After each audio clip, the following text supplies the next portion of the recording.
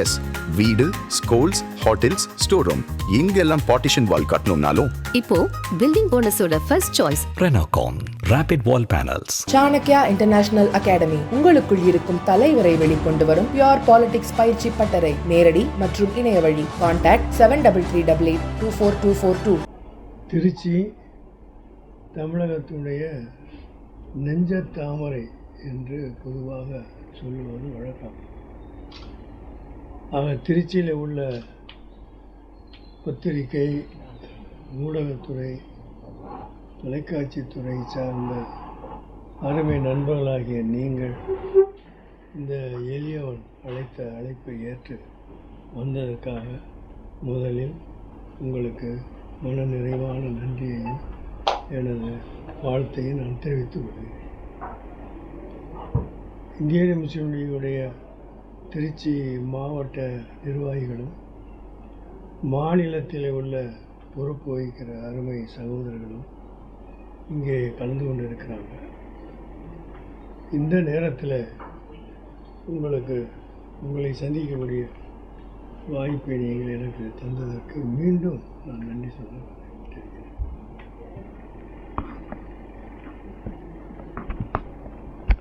தமிழக திராவிட மாடல் ஆட்சி நடத்தக்கூடிய முத்துவேல் கருணாநிதி ஸ்டாலின் அவர்களுடைய தலைமையிலான அரசு இந்த எளியவனுக்கு தகைசால் தமிழர் என்ற விருதை வழங்கி என்னை கௌரவித்தது. அதற்காக தமிழக முதல்வர் அவர்களுக்கும் தமிழக அரசுக்கும் நான் என்று சொல்ல கடமைப்பட்டிருக்கிறேன். தகைசால் தமிழர் என்ற இந்த சிறப்புக்குரிய விருதை எனக்கு வழங்கியதன் அடிப்படையில் தமிழ்நாட்டில் உள்ள 50 லட்சத்துக்கு மேற்பட்ட முஸ்லீம் சமுதாயம் மட்டுமல்லாமல் கடல் கடந்து வாழக்கூடிய தமிழ் பேசும் முஸ்லீம்கள் அத்தனை பேரும் பாராட்டி வரவேற்கக்கூடிய ஒரு விருதாக அது கருதப்பட்டிருக்கிறது. அந்த அடிப்படையிலே தான் தமிழக அரசு எனக்கு வழங்கிய அந்த தகைசால் தமிழர் விருதை வரவேற்று பாராட்டி தமிழ்நாட்டில் மட்டுமல்லாமல் இலங்கை சீமையிலும், துபாய் போன்ற நாடுகளிலும், சவுதி போன்ற இடங்களிலும் இதற்கான வரவேற்பும் பாராட்டும் தெரிவித்து தமிழக அரசுக்கு நன்றி சொல்லக்கூடிய ஒரு நிலை அன்றும் இருந்தது, இன்றும் இருக்கிறது. இது வாரத்தில் கூட இருக்கிறது. இடையிலே துபாய்க்கு சென்ற எனக்கு சற்று உடல்நல குறைவு ஏற்பட்ட காரணத்தினாலே தொடர்ந்து பல நிகழ்ச்சிகளில் கலந்து கொள்ள முடியாமல் போய்விட்டது. அதனால் சவுதி, மஸ்கட்டு, பஹ்ரைன் போன்ற இடங்களுக்கு அழைத்த அழைப்பை என்னால் ஏற்றுக்கொள்ள முடியவில்லை. அவர்களுக்கெல்லாம் நன்றி சொல்லி நான் அவர்களுக்கு தெரிவித்திருக்கிறேன். இந்த சூழ்நிலையில் நெஞ்சத்தாமரை தமிழகத்துடைய நடு மையமாக இருக்கக்கூடிய திருச்சி மாநகரத்தில் உள்ள ஊடக, தொலைக்காட்சி, பத்திரிகை அருமை சகோதரர்களை இன்று சந்திக்கக்கூடிய வாய்ப்பு எனக்கு தந்ததற்காக நான் நன்றி சொல்ல கடமைப்பட்டவனாக இருக்கிறேன். இப்பொழுதும் உங்களுக்கு மன நிறைவான நன்றியை நான் சொல்லிக் கொண்டிருக்கிறேன்.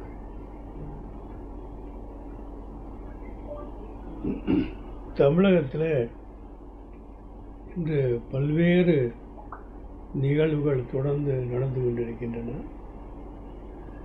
2026 நடைபெறக்கூடிய தமிழக சட்டமன்ற தேர்தலை முன்னிறுத்தி தமிழகத்தில் பல்வேறு அரசியல் யூகங்களும் அரசியல் வியூகங்களும் அரசியல் எதிர்பார்ப்புகளும் தொடர்ந்து வந்தவண்ணமாக இருக்கின்றன. இந்த சூழ்நிலையில் தமிழகத்திலே உள்ள திராவிட மாடல் ஆட்சி நடத்தக்கூடிய ஸ்டாலின் அவர்கள் இதுவரை செய்த நல்ல காரியங்கள், மக்களால் ஏற்றுக்கொள்ளப்பட்டிருக்கிற காரியங்கள், குறிப்பாக மக்கள் சமூகத்திலே உள்ள மகளிர் பெருங்கூட்டம் ஏற்றுக்கொண்ட பல்வேறு அரசு திட்டங்கள், வரவேற்றக்கூடிய திட்டங்கள், அதன் மூலமாக வரக்கூடிய 2026 தேர்தலிலும் திராவிட முன்னேற்ற கழக தலைமையிலான இந்த மதச்சார்பற்ற முற்போக்கு கூட்டணி எல்லா விதமான வெற்றிகளையும் பெற்று மீண்டும் ஆட்சியை அமைக்கும் என்ற நம்பிக்கை தான் இருக்கிறது. நாங்கள் அறிந்தவரை இப்பொழுது தமிழகத்தில் பல்வேறு கருத்துக்கள் பரிமாறிக்கொண்டிருக்கின்றன. எதிர்க்கட்சிகளும் உருவாகி இருக்கிறது, புதிய கட்சிகளும் வந்த வண்ணம் இருக்கின்றன. இந்த சூழ்நிலையிலும் இப்போ திராவிட மாடல் ஆட்சி நடத்தக்கூடிய தலைமையிலான திராவிட முன்னேற்ற கழக தலைமையிலான மதச்சார்பற்ற முற்போக்கு கூட்டணி எப்பொழுதும் இன்று இருப்பது போல் இன்று நாளைக்கும் இருக்கும். 2026 முழுமையான வெற்றி பெறும் என்ற நம்பிக்கையில் நாங்கள் சென்று கொண்டிருக்கிறோம். அதில் எங்களுக்கு கொஞ்சம் கூட ஒரு சந்தேகம் வரவில்லை. அரசியலிலே வரும் எத்தனையோ வந்திருக்கின்றன. ஆனால் இந்த 2006 எலெக்ஷனை பொறுத்தவரை, தேர்தலை பொறுத்தவரையில் தமிழ்நாட்டிலே திராவிட மாடல் ஆட்சியை நடத்தி கொண்டிருக்கிற ஸ்டாலின் அவர்களுடைய ஆட்சி தொடர்ந்து நீடிக்கும் என்ற நம்பிக்கை எங்களுக்கு இருக்கிறது. அந்த அடிப்படையில் தான் நாங்கள் சென்று கொண்டிருக்கிறோம். ஐயா, இலங்கையில் போய் பிரதமரை சந்திச்சுட்டு வந்தீங்க. ஏதாவது தமிழக மீனவர்கள் பற்றிய கோரிக்கைகளை முன் வச்சிங்களா? அது ஏதாவது ஒரு பாசிட்டிவான கிடைச்சதா? இலங்கை பிரதமர் ஹரிணி அவர்களை நாங்கள் சந்தித்தோம். ஒரு மணி நேரம் அவரிடத்தில் தமிழ்நாட்டு மீனவர்களுடைய பிரச்சனையை பற்றி எடுத்து சொல்லும் 3 விஷயங்களை அந்த அம்மையாரிடத்தில் நாங்கள் சொன்னோம். ஒன்று, தமிழ்நாடும் இலங்கையும் இருவேறு பகுதிகளாக நினைத்து நாம் வாழ்ந்துவிடக்கூடாது. இந்தியாவும் இலங்கையும் ஒருதாய் மக்கள் என்ற உணர்வோடு தான் நான் இருக்க வேண்டும். இந்த காலத்தில் பிரதமர் வாஜ்பாய் அவர்கள் அடிக்கடி சொல்லுவது, அண்டை நாடுகளாகிய நாம் அண்டை நாடுகளாக எப்போதும் இருக்கக்கூடியவர்கள். நமது அண்டை நாடுகளாக உள்ளவரிடத்தில் பகைமையும் விரோதமும் ஒரு காலத்திலும் இருக்க முடியாது. நாம் அண்டை நாடுகளாக ஒருவருக்கொரு விட்டு கொடுத்து வாழ்வோம் என்று சொன்னதை நான் நினைவுபடுத்தினேன். ஆக இந்தியாவுக்கும் ஸ்ரீலங்கைக்கும் உள்ள தொடர்பு வரலாற்று பூர்வமானது மட்டுமல்ல, இது தொடர்ந்து நீடிக்கக்கூடிய ஒன்று. 2 நாடுகளுக்கு இடையிலே உள்ள நல்லெண்ணமும் சுமூகமும் நட்புறவும் தொடர்ந்து நீடிக்கிறது. இந்திய அரசும் பல்வேறு உதவிகளை இலங்கைக்கு செய்து கொண்டிருக்கிறது. அந்த அடிப்படையில் இந்த 2 நாடுகளுக்கிடையே உள்ள நல்லுறவு இப்பொழுது இருப்பது போல் என்றும் தொடர வேண்டும் என்று நாங்கள் சொன்னோம். அந்த அம்மையார் சரியான கருத்து தான் என்று ஏற்றுக்கொண்டார். 2வது, தமிழக மீனவர்கள் பிரச்சனை தொடர்ந்து இன்று நேற்றில் தொடர்ந்து நீடித்து கொண்டே இருக்கிறது. இதற்கெல்லாம் ஒரு முடிவு கட்டுகிற வகையில் நீங்கள் ஒரு புதிய திட்டத்தை அமல்படுத்தினால் நன்றாக இருக்கும் என்று இந்த அம்மையாரிடத்தில் நாங்கள் வலியுறுத்தினோம். என்ன அந்த புதிய திட்டம் என்று சொன்னால், தமிழகத்திலே உள்ள மீனவர்களும் இலங்கையிலே உள்ள யாழ்ப்பாணத்து மீனவர்களும் தமிழ் பேசக்கூடிய மீனவர்கள் தான். இந்த மீனவர்களுக்கிடையிலே இத்தகைய பிரச்சனை தொடர்ந்து வருவதும், அவருடைய படகுகளை பிடிப்பதும், அரசு சிறையிலே தள்ளுவதும் இப்படி தொடர்ந்து நீடித்து கொண்டிருக்கிற காரணத்தினால் 2 நாட்டு குறிப்பாக தமிழ்நாட்டு மீனவர்களும் இலங்கை மீனவர்களுக்கு இடையிலே உள்ள நல்லிணக்கம் குறைந்து கொண்டே போகிறது. இந்த நல்லிணக்கத்தை நீடிக்க செய்யுமாறு இந்த இலங்கை அரசு உட்பட வேண்டும் என்று ஒன்று சொன்னோம். நல்லிணக்கத்துக்கு பாடுபட வேண்டும் என்று ஒன்று சொன்னோம். அந்த அம்மையார் அதை ஏற்றுக்கொண்டார். அதோடு இந்த மீனவர்கள் பிரச்சனையை, இப்பொழுது இருக்கிற இந்த பிரச்சனையை நீங்கள் தயவு செய்து இப்படி யோசித்தால் என்ன என்று நாங்கள் சொன்னோம். 2 நாட்டு மீனவர்களும் அவர்கள் மீன் பிடித்து இதுக்கு அவருடைய வாழ்வாதாரத்தை பெருக்கிக் கொண்டிருக்கிறார். தமிழ்நாட்டில் உள்ள மீனவர்களும் அவங்களே வாழ்வாதாரத்துக்குத்தான் மீன் தொழில் நடத்துகிறார். அதேபோல் இலங்கையில் உள்ள மீனவர்களும் வாழ்வாதாரத்தை வைத்துத்தான் மீனவர்கள் நடந்து கொண்டிருக்கிறார்.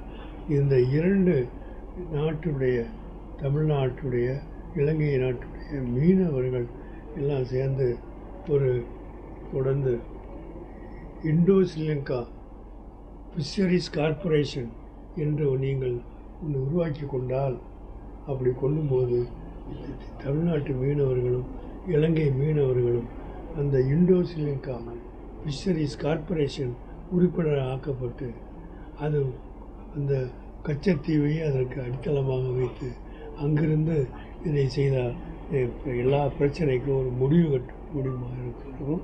அதன் மூலமாக 2 நாட்டு மீனவர்களும் வாழ்வாதாரத்தில் எந்த இது செய்ய மாட்டார்களோ தொடர்ந்து நீடிக்கும். இந்த ஒற்றுமையாக இருந்து 2 பேரும் மீன் பிடிப்பார்கள். அந்த மீனை உலகம் முழுவதும் விநியோகிப்பார்கள், விற்பனை செய்வார்கள், அதிலே பங்கு போட்டுக் கொள்வார்கள். இப்படிப்பட்ட இண்டோ ஸ்ரீலங்கா ஃபிஷரிஸ் கார்ப்பரேஷன் என்ற ஒரு நிறுவனத்தை 2 நாடும் சேர்ந்து உருவாக்கினால் மிக நன்றாக இருக்கும் என்று நாங்கள் அந்த அம்மையாரிடத்தில் நாங்கள் சொன்னோம். அந்த அம்மையார் மிக உருவாக கேட்டுக்கொண்டு குறிப்பெடுத்து இறுதியில் அந்த அம்மையார் சொன்னார்கள், நீங்கள் சொன்ன கருத்து ரொம்ப நல்ல கருத்தாக இருக்கிறது. வரக்கூடிய எங்கள் கேபினட் மீட்டிங்கில் இந்த கருத்தை நான் முன்மொழிகிறேன் என்று அந்த அம்மையார் சொல்லிவிட்டு போனார். இதுதான் நாங்கள் போய் வந்த விஷயம். அது எல்லா பத்திரிகையிலும் வந்தது. பத்திரிகைக்காக கேட்டபோது நாங்கள் பிரதமரை சந்தித்தோம். பிரதமர் அம்மையார் அவர்கள் ஒரு கோல்டன் லேடியாக இருக்கிறார்கள். கோல்டன் லேடியாக மட்டுமல்ல, golden lady with golden means அப்படின்னு நான் பத்திரிகையில் சொன்னேன். அது எல்லா பத்திரிகையிலும் வந்தது. இப்படி உயர்வாக சொல்லிவிட்டு போயிருக்கிறார். நான் உண்மையை சொன்னேன். அந்த அம்மையார் 1 மணி நேரம் நாங்கள் சொன்ன கருத்துக்களை எல்லாம் கேட்டு குறிப்பெடுத்து, இந்த நீங்கள் சொன்ன கருத்து சரியான கருத்தாகத்தான் இருக்கிறது, 2 நாட்டு மீனவ பிரச்சனையை தீர்க்கக்கூடிய ஒரு புதிய ஆலோசனை தான் இது. இதை கேபினட் மீட்டிங்கில் இதை நாங்கள் வைத்து ஒரு முடிவு செய்வோம் என்று சொன்னாங்க. அதைத்தான் அதை சொன்னேன். Golden lady with golden means என்று சொல்லிவிட்டு வந்தேன். இதுதான் நடந்தது. இது இந்திய அரசாங்கம் எப்படி ஏற்றுக்கொள்ளும், அவங்களுடைய கவனத்துக்கு எப்படி கொண்டு போகிறீங்க? அதாவது இந்திய அரசுடைய கவனத்துக்கு நாங்கள் சொன்னதை நாங்கள் கொண்டு போகலை. இப்போ டெல்லியில் சந்தித்த அந்த ஹரிணி அம்மையார் அவர்களே இந்த விஷயத்தை டெல்லியில் உள்ள ஃபாரின் மினிஸ்டரிடத்தில் சொல்லியிருக்கிறார். தமிழ்நாட்டிலிருந்து இப்படி ஒரு டெலிகேஷன் வந்தார்கள், அவர் இந்த கருத்தை சொல்லியிருக்கிறாங்க, அந்த கருத்தை நாங்களும் பரிசீலிப்பதாக சொல்லியிருக்கிறோம் என்று டெல்லியிலே சொன்னதாக பத்திரிகையில் வந்தது. அது எங்களுக்கு உற்சாகமாக இருந்தது. நாங்கள் சொல்வதற்கு முன்னாடியே அந்த அம்மையாரே போய் பிரதமரிடத்திலும் ஃபாரின் மினிஸ்டரிடத்திலும் இந்த கருத்தை பிரதிபலித்திருக்கிறார் என்று பார்க்கும்போது நாங்கள் சொன்னதில் ஏதோ ஒரு நன்மை இருக்கிறதாக நான் நினைக்கிறேன். நிச்சயமாக நன்மை ஏற்படும் என்று நான் நம்புகிறேன். தமிழகத்தில் இன்னும் தேர்தலுக்கு இன்னும் 6 மாத காலம் இருக்குது. இப்போ நீங்கள் கூட்டணி இன்னும் தொடர்றீங்க. வரக்கூடிய தேர்தலில் எந்தெந்த தொகுதிகள் கேட்குற வாய்ப்பு இருக்குது? திருச்சியில் அதுவும் போட்டியிட வாய்ப்பு? நிச்சயமாக. அதாவது 234 தொகுதிகளில் நான் அந்த காலத்திலிருந்து கலைஞருடைய காலத்திலிருந்து கூட்டணி அங்கே தொடர்றோம். இப்போ இருக்கிற கூட்டம் இருந்தாங்களா இல்லையா, நாளைக்கு இருப்பாங்களா இல்லையா, அந்த விவாதம் எங்களுக்கு தெரியாது. நாங்கள் அன்று இருந்தோம், இன்று இருக்கிறோம், நாளைக்கு இருப்போம். இது காரணம் என்னன்னு சொன்னால், திராவிட முன்னேற்ற கழகத்தோடு இந்திய முஸ்லீம்கள் கொண்டு இருக்கிற கூட்டணி என்பது ஒரு கொள்கை ரீதியான கூட்டணி. திராவிட முன்னேற்ற கழகத்துக்கும் இந்திய முஸ்லீம் லீகிற்கும் உள்ள அந்த கூட்டணி என்பது தேர்தல் கூட்டணி என்று நாங்கள் சொல்லுவது கிடையாது, கொள்கை ரீதியான கூட்டணி. அந்த கொள்கை ரீதி என்பது திராவிட கொள்கையிலே உள்ள அடிப்படை கொள்கைகளும் முஸ்லீம்களோட இஸ்லாத்துடைய அடிப்படை கொள்கைகளும் சட்டப்போ ஒன்றாக இருக்கிற காரணத்தினாலே நாங்கள் இதை தொடரோம் அப்படின்னு நாங்கள் சொல்லிக்கிட்டே வர்றோம். இது புதுசாக நாங்கள் சொல்லலை, தொடர்ந்து சொல்லிக்கிட்டு வரோம். அந்த அடிப்படையில் பார்த்தா கலைஞர் காலத்தில் நாங்கள் கலைஞரிடத்தில் ஒரு முறை அவங்க எல்லா கட்சியும் உங்களோட தான் இருக்கிறோம், திராவிட முன்னேற்ற கழக நண்பர்களும் கட்சியில் இருக்கிறாங்க. இப்போது முஸ்லீம் சமுதாயத்துக்கு நீங்கள் 16 தொகுதிகளை ஒதுக்க வேண்டும் என்று இந்த காலத்தில் நான் சொன்னேன். நான் சொன்னதை ஏற்றுக்கொண்டு ஒரு தேர்தலில் 16 தொகுதி ஒதுக்கினார். முஸ்லீம் லீக்கிற்கு 5 தொகுதியை கொடுத்தாரு. 5 தொகுதியை கொடுத்து விட்டு அடுத்த மனிதநேய மக்கள் கட்சி அந்த கூட்டில் இருந்தாங்க. நான் வெளியூருக்கு போயிட்டு இருக்கும்போது கலைஞரிடத்துல எனக்கு ஃபோன் வந்தது. துரைமுருகன் பேசினார், பேராசிரியர் உங்களுக்கு 5 தொகுதியை கொடுத்ததுனால மனிதநேய மக்கள் கட்சியும் 5 தொகுதி கேட்குறாங்க, என்ன சொல்கிறீங்க அப்படின்னு சொன்னாங்க. நான் காரில் போயிட்டே இருக்கேன், ஏதோ ஒரு ஊருக்கு போயிட்டுருக்கேன்.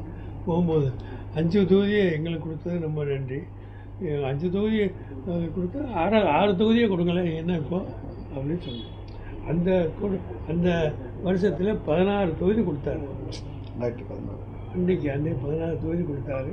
அதில் நாங்கள் ஒரே ஒரு தொகுதியில் தான் ஜெயித்தோம். மற்றவங்க யாரும் ஜெயிக்கிறதாக தெரியல. இப்போ இந்த கூட்டணி 2026 வரக்கூடிய தேர்தலில் நாங்கள் எப்பொழுதும் போல் தொடர்ந்து இருக்கிறோம். இதில் மறுசிந்தனைக்கெல்லாம் வாய்ப்பு கிடையாது. வேறு சிந்தனையே எங்களுக்கு கிடையாது. மறுசிந்தனைகளில் வேறு சிந்தித்தே கிடையாது. இது இந்த திராவிட முன்னேற்ற கழக கூட்டணியை விட்டு வேறு கூட்டணியோ வேறு இதையோ பற்றியோ அது சிந்தித்தையும் கிடையாது, கனவு கூட கண்டதில்லை. அதனால் அது எங்களுடைய அடிப்படையான விஷயம்.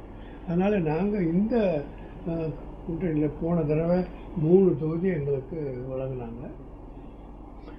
இப்போ பொதுவாக தமிழ்நாடு முழுவதும் உள்ள முஸ்லீம் லீகுடைய நடவடிக்கைகள், முஸ்லீம் லீகுடைய தோழர்களுடைய எதிர்பார்ப்புகள், அங்கங்கே வரக்கூடிய தகவல்கள், மாவட்டங்களுடைய தீர்மானங்கள், இதையெல்லாம் வச்சு பார்க்கும்போது தமிழ்நாட்டில் குறைஞ்சது 5 தொகுதியாக முஸ்லீம் லீகிற்கு வர வேண்டும் என்ற பொதுவான கருத்து எங்களுக்கு வந்திருக்கிறது.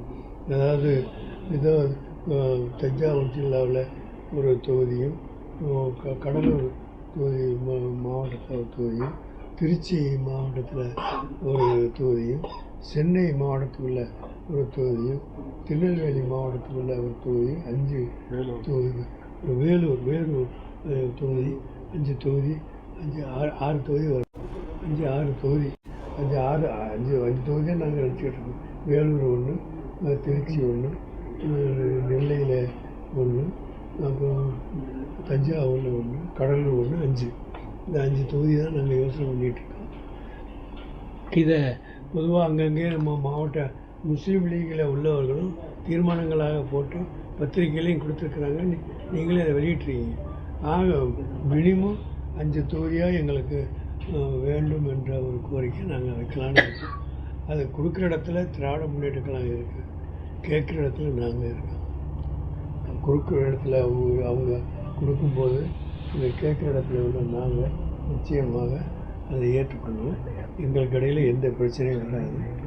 நாங்கள் கேட்பதை கொடுப்பார்கள், சில நேரங்களில் கேட்காதையும் கொடுப்பார்கள் என்று எங்களுக்கு இருக்கிறது. அந்த அடிப்படையில் கலைஞர் காலத்தில் நாங்கள் சொன்ன 16 தொகுதி முஸ்லீம் சமுதாயத்துக்கு கொடுங்கள் என்று சொன்ன அடிப்படையில் இந்திய முஸ்லீம் லீகை பொறுத்தவரையில் மினிமம் 5 தொகுதியாக கொடுங்கள் என்ற ஒரு கோரிக்கை பொதுவாக தமிழ்நாடு முழுவதும் உள்ள நிலைமை இன்று இருக்கிறது. அதனை பிரதிபலிக்கக்கூடிய வகையில் தான் நீங்கள் சொல்லிக்கொண்டீங்க. கேரளாவில் இப்போ இந்த பிஎம்சி நிதி ஒதுக்கிறதுனால 2 கம்யூனிஸ்டுகளுமே ஒரு கசப்பு, ஒரு வாதம் ஏற்பட்டிருக்கு. இந்த தமிழ்நாட்டில் தொடர்ந்து அதை இது பண்ணுறாங்க. இப்போ கேரளாவில் பாரதிய ஜனதா கட்சி அங்கே இது பண்ணுறாங்க. இது எப்படி பார்க்க? தமிழ்நாடை பொறுத்த வரைக்கும் இந்த பிரைம் மினிஸ்டர் 3 அந்த அதை ஏற்றுக்கொள்ள வேண்டுமானால் நேஷ்னல் எஜுகேஷன் பாலிசி ஏற்றுக்கொள்ளணும் ஒரு கண்டிஷனை போட்டிருக்காங்க. தமிழ்நாடு அரசு மிக தெளிவாக சொல்லிவிட்டது. தேசிய பாரதிய ஜனதா கட்சி கொண்டு வந்திருக்கிற நேஷ்னல் எஜுகேஷன் பாலிசியை ஏற்றுக்கொள்ள முடியாது. அந்த அடிப்படையில் ஏற்றுக்கொண்டால் தமிழ்நாட்டில் பாரம்பரியமாக பின்பற்ற வந்திருக்கிற எஜுகேஷன் பாலிசி, கல்விக் கொள்கை அடிபட்டு போகும். நம்ம தமிழ்நாட்டில் உள்ள கல்விக் கொள்கை ஊருக்கு தெரிஞ்சது, தமிழும் ஆங்கிலமும் இருக்கிறது மாதிரி இந்த நாட்டில் உள்ள சட்டத்திட்டங்களின் அடிப்படையில் 1ஆம் கிளாஸு 5ஆம் கிளாஸு 8ஆம் கிளாஸு என்று லைனாக பரீட்சையை வைக்கிற அதுக்கெல்லாம் தமிழ்நாடு உடன்படாது என்ற தெளிவாக நம்ம சொல்லியிருக்கோம். தமிழ்நாட்டு அரசு மிக தெளிவாக சொல்லியிருக்கிறது, நேஷ்னல் எஜுகேஷன் பாலிசி நம்ம உடன்படலை, அதில் உள்ள திட்டங்கள் நாம் ஏற்றுக்கொள்ளவில்லை. அந்த அடிப்படையில் கேரளாவில் அங்கே சொல்கிறார்கள், அங்கே உள்ள பாலிசி அது, இங்கே தமிழ்நாடு ஒரு காலம் ஏற்றுக்கொள்ள மாட்டா என்பது அவர் முதல்வர் சொல்லியிருக்கிறார், கல்வித்துறை அமைச்சரும் சொல்லியிருக்கிறார், மிக தெளிவாக சொல்லியிருக்கிறார். பத்திரிகையில் நீங்கள் தான் எல்லாம் வெளியிட்றீங்க, நேஷ்னல் எஜுகேஷன் பாலிசியில் சொல்லப்படக்கூடிய அந்த திட்டங்கள் எல்லாம் எங்களுக்கு பொருந்தாது. 3ஆம் கிளாஸில் ஒரு டெஸ்ட்டு, 5ஆம் கிளாஸில் ஒரு டெஸ்ட்டு, 8ஆம் கிளாஸில் ஒரு டெஸ்ட்டு, இதே டெஸ்ட்டு வச்சு அதில் பாஸ் பண்ணுறவன் யார், ஃபெயிலாக போகிறவன் யார், அப்படி இந்த நாட்டில் கிடையாது அப்படின்னு மிக தெளிவாக சொல்லியிருக்கிறாங்க. ஆக நேஷ்னல் எஜுகேஷன் பாலிசியில் ஒரு விஷயம் தயவுசெய்து நீங்கள் யோசிக்க வேண்டியது, எழுத வேண்டியது, இந்த ஜிஎஸ்டி பிரச்சனை வந்த உடனே சமீபத்தில் போன மாதம் ஜிஎஸ்டி பிரச்சனையில் எல்லா மாநில நிதி மந்திரிகளையும் கூப்பிட்டு என்னென்ன மாற்றங்கள் செய்யலாம், இந்த திருத்தங்கள் செய்யலாம் அப்படின்னு ஆலோசனை கேட்டாங்க. ஆலோசனை கேட்டு அதில் பல மாற்றங்கள் பண்ணியிருக்கிறாங்க. அந்த மாற்றங்களினால் எல்லா மாநிலத்துக்கும் நல்லது நடந்திருக்கிறது, வரவேற்று கொண்டிருக்கிறாங்க இல்லையா. இப்போது ஒரு நேஷ்னல் பாலிசி ஜிஎஸ்டிங்கிறது ஒரு வரி கொள்கை, அதனை நடைமுறைப்படுத்தும் போது எல்லா மாநில நிதி அமைச்சர்களையும் கூப்பிட்டு ஆலோசனை கேட்டு அவர் சொல்லக்கூடிய ஆலோசனையில் இந்த ஜிஎஸ்டியை வெளிப்படுத்தி இருக்கிறாங்க. அதன் மூலமாக நாடு இப்பொழுது வரவேற்றிருக்கிறது என்பது எல்லோருக்கும் தெரிய விஷயம். இதில் செய்யக்கூடிய இந்த முறையை கல்வித்துறையில் ஏன் இதுவரை செய்யவில்லை என்று தான் கேள்வி. கல்விக் கொள்கையை நீங்களாக ஒன்று வகுத்துக்கொண்டு, நீங்களாக ஒரு திட்டத்தை தீக்கிக் கொண்டு, நீங்களாக ஒரு கற்பனை செய்து கொண்டு, நாட்டில் எப்படி கல்வி இருக்கிறது என்பதையே கணக்கில் எடுக்காமல் அப்படி செய்யும்போது எல்லா மாநிலங்களையும் எதிர்ப்பு வரும். தமிழ்நாடு மிக தெளிவாக இருக்குது. இதனால் நான் தயவு செய்து அருமை நண்பர்களை உங்களுக்கு சொல்வது, இந்த ஜிஎஸ்டியில் நீங்கள் ஃபாலோ பண்ண கன்சல்டேஷன் வித் எல்லா ஸ்டேட்டு ஃபைனான்ஸ் மினிஸ்டரோட கன்சல்ட் பண்ணி ஒரு முடிவெடுத்து அறிவித்து நாட்டுக்கு நன்மை செய்திருக்கிறீங்களே, அதே மாதிரியான ஒவ்வொரு கொள்கையிலும் ஒவ்வொரு திட்டத்திலும் எல்லாரும் உட்காந்து நீங்கள் கலந்து பேசி முடிவெடுத்து அறிவித்தா மிக முக்கியமாக இருக்கும், நாடு வரவேற்கும், பிரச்சனையே வராது. அந்த மாதிரியான கொள்கையை வருங்காலத்திலாவது அரசு செய்ய வேண்டும் என்று நான் அன்போடு கேட்டுக்கொள்கிறேன்.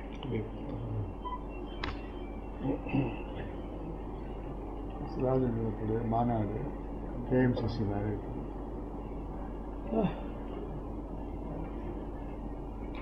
வருகிற 26ஆம் தேதி சென்னையில் அனைத்து கட்சி தலைவர்களையும் கூப்பிட்டு இந்த மறைந்த தலைவர் அப்துல் சமது, சிராஜ் மில்லத் அப்துல் சமது, சந்தன தமிழறிஞர்னு பேர், அவர் மேடையில் வீசிய மெல்லிய பூங்காற்றுன்னு கலைஞர் வர்ணித்தவர், அவருக்கு அப்படி நூற்றாண்டு விழா, அந்த நூற்றாண்டு விழாவில் எல்லா கட்சி தலைவர்களையும் அழைத்து 26ஆம் தேதி நம்ம பெரியார் திடலில் நடத்துகிறோம். அதில் எல்லாரும் கலந்து கொள்ள வேண்டும் கேட்டுக்கொண்டிருக்கோம். அடுத்து டிசம்பர் 28ஆம் தேதி கும்பகோணத்தில் தமிழ்நாட்டில் உள்ள 8000 மஹல்லா ஜமாத்துகள்னு இருக்குது. அதாவது 8000 மஹல்லா ஜமாத்துக்கள்னால் இங்கே பள்ளியாசல் இருக்குது, இந்த பள்ளியாசலை ஒட்டி ஒரு முஸ்லீம்கள் இருப்பாங்க, அதுக்கு பேர் தான் மஹல்லான்னு பேர்.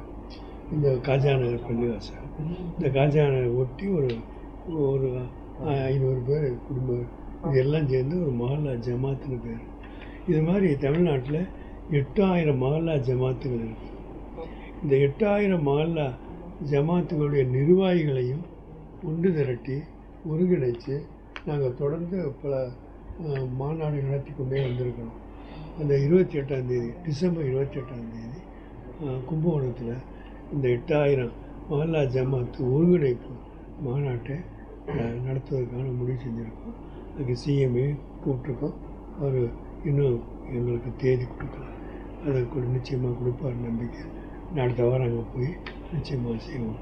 அது 28ஆம் நடக்கக்கூடிய முக்கியமானது. அடுத்து ஜனவரி 8 வரக்கூடிய ஜனவரி 8 உங்களுக்கெல்லாம் தெரியும், இந்த தமிழ்நாட்டில் கேரளாவில் உள்ள கேஎம்சிசி, கேரளா முஸ்லீம் கல்ச்சரல் சென்டர்னு கேஎம்சிசி வச்சுக்கிறாங்க. அவங்க சார்பாக 4-5 வருஷத்துக்கு முன்னாடி 100 கல்யாணம் ஃப்ரீயாக பண்ணாங்க. அது 100 கல்யாணம். இங்கே அதே மாதிரி கேஎம்சி சார்பாக திருச்சி மாவட்டத்தில் மாஸ் மேரேஜ் நடத்துகிறாங்க. 8 ஜனவரி 8 mass marriage KMC all India KMC சார்பாக நடத்துகிறாங்க. அந்த ஆல் இண்டியா கேஎம்சிசி நடத்தக்கூடிய இந்த மாஸ் மேரேஜ் 30 மேரேஜ் நடத்துகிறாங்க. அதில் முஸ்லீம்கள் இருப்பாங்க, கிறிஸ்தவங்க இருப்பாங்க, இந்து சமுதாயத்தில் இருப்பாங்க. அதையெல்லாம் இந்த மேரேஜுக்கு பெண்ணு மாப்பிள்ளையை தேர்ந்தெடுக்கிற பொறுப்பை இந்த மாவட்ட முஸ்லீம் லீഗ് கொடுத்துருக்குறாங்க. இந்த மாவட்ட முஸ்லீம் லீகில் உள்ள நண்பர்கள் இந்த 30 இதையும் உங்களுக்கு தெரிஞ்சவங்க இருந்தால் கூட நீங்கள் சொல்லலாம்.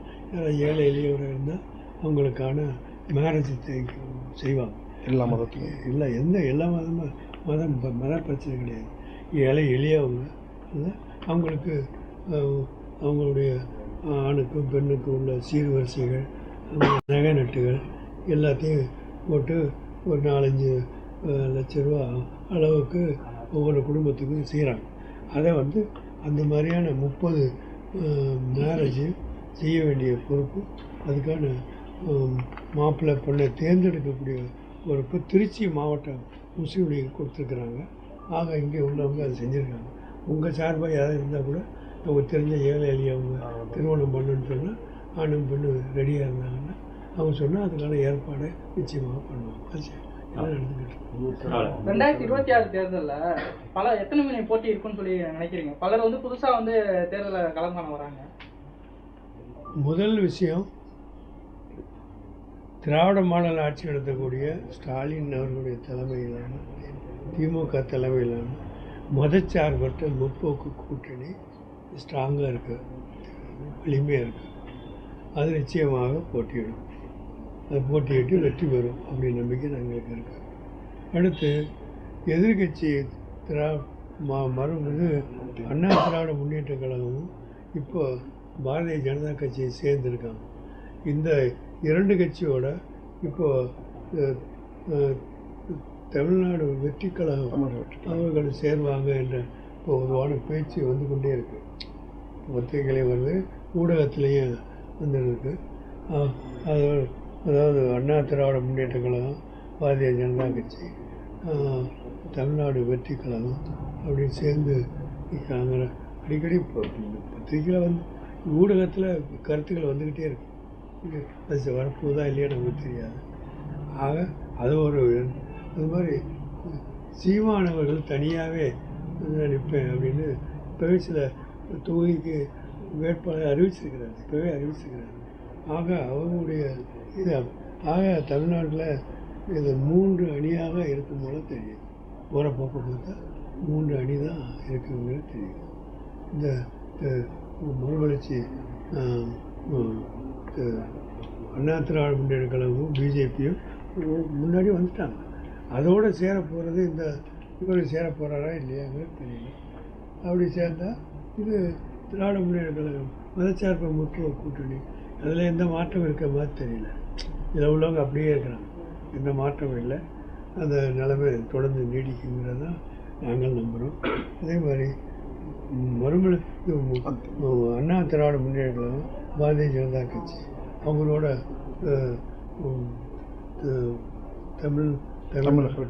தமிழ்நாடு வெற்றி கழகம், அது 3 சேர்ந்தாங்கன்னா அது ஒரு பெரிய புதுசாக தான் ஆகும்.